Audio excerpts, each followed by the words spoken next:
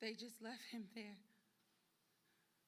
uncovered, lying in the middle of the street. No one went to check his pulse or to make sure he had a heartbeat. Blood slowly seeps out from underneath his body. Someone please tell me, is he breathing?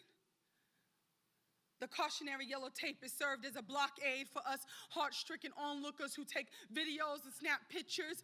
But earth shatters from all the overwhelming cries, but my eyes never leave his body as he lay lifelessly, about 6'3", no older than 16, rather skinny and wearing an oversized hoodie. I need to see his face as the paramedics race to the boy whose blood has now flooded like a river as they turn him over, placing him on the stretcher. Thank God. I thought he was my brother. I am the eldest of 6 children, 5 girls and 1 boy. My baby brother, Papa. Well, that's what we call him, but his name is Jordan.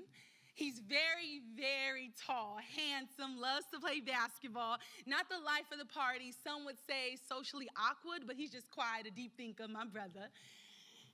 Like any young man, loves his Nintendo and PlayStation or practicing the newest wrestling moves on his 2 youngest nephews. He loves music, detests school, has a sweet spirit and a kind heart, but unfortunately, he is a part of that statistic of growing up without a father present, no one to teach him how to tie a tie or what to do when there's a girl he likes, no one to prepare him for manhood or to inform him about the ways of the world, a world that will make sure he knows he is different.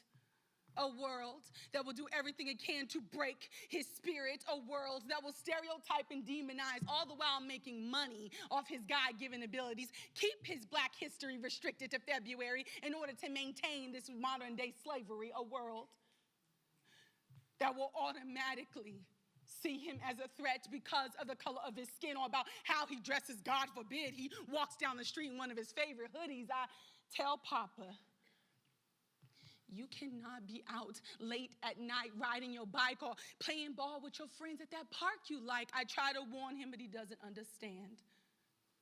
My brother, Jordan, just turned 18. What a blessing. I say blessing because the world we live in, it is no longer common for a black boy to live that long. Not when you got cops killing young black men in their own backyard. Stephen Clark was a real wake-up call, as this shooting of an unarmed black man for holding a cell phone was way too close to home. Sacramento is where my Papa lives.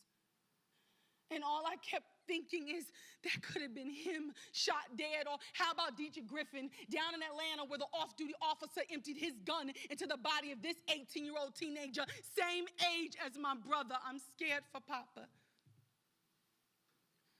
He is a black boy who doesn't understand that they do not see him. They do not admire his potential. They do not respect his hustle. They have already labeled him a thug, a menace to society, an animal who will need to be put down. That's how they will justify taking his life.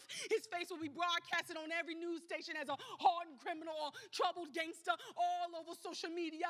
Hashtags will be filling up timelines and news feeds with headlines that another cop got off free. There is no justice for 14-year-old Antonio, shot dead for holding an airsoft toy. No justice for Jimmy Atchison, killed in his apartment complex, or the many, many, many, many other black boys lying in graveyards. I am the big sister. I am his big sister. Someone tell me, how do I protect my brother from a country who doesn't think his life matters? And yes, it's 2019, a new year, a fresh start. We'll tell that to D'Angelo Brown, who was just shot in the head by a Chicago cop. Where's the New Year's resolution where America has vowed to protect the unarmed black man? So I ask again, how do I protect my brother from a world that's out to destroy him? How? Every time I go home to visit, I have this conversation with Papa. Again and again, showing him pictures and articles of young men slain to look just like him, hoping that one day it really sinks in, Jordan, that they do not see you as human, but just this black waste of space, and you're not safe. He's not safe. Y'all, I love my brother. He is the only boy of 5 sisters, the only one who can carry on the family name, lead a legacy that could impact history, but each day there's a possibility that I could receive a call that they took my brother's life because they mistook his basketball for a knife. And I know it sounds ridiculous, but this is the world we live in. Fun fact, down in Florida, they use mugshots of black men as their target practice. They are being trained and equipped to see black men and women as threats. We don't stand a chance. My brother doesn't stand a chance. So what do?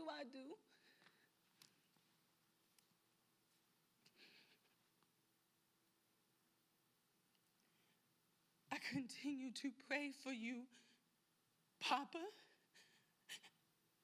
as your big sister. I pray that God's hand of protection covers you every second. I pray that God opens up the hearts of these cops who have been brainwashed, trained, raised to believe that every minority should be extinct. I give it over to you, God. And Papa, please remember, no matter what you do, anytime you see blue, you keep your head down, your hands up,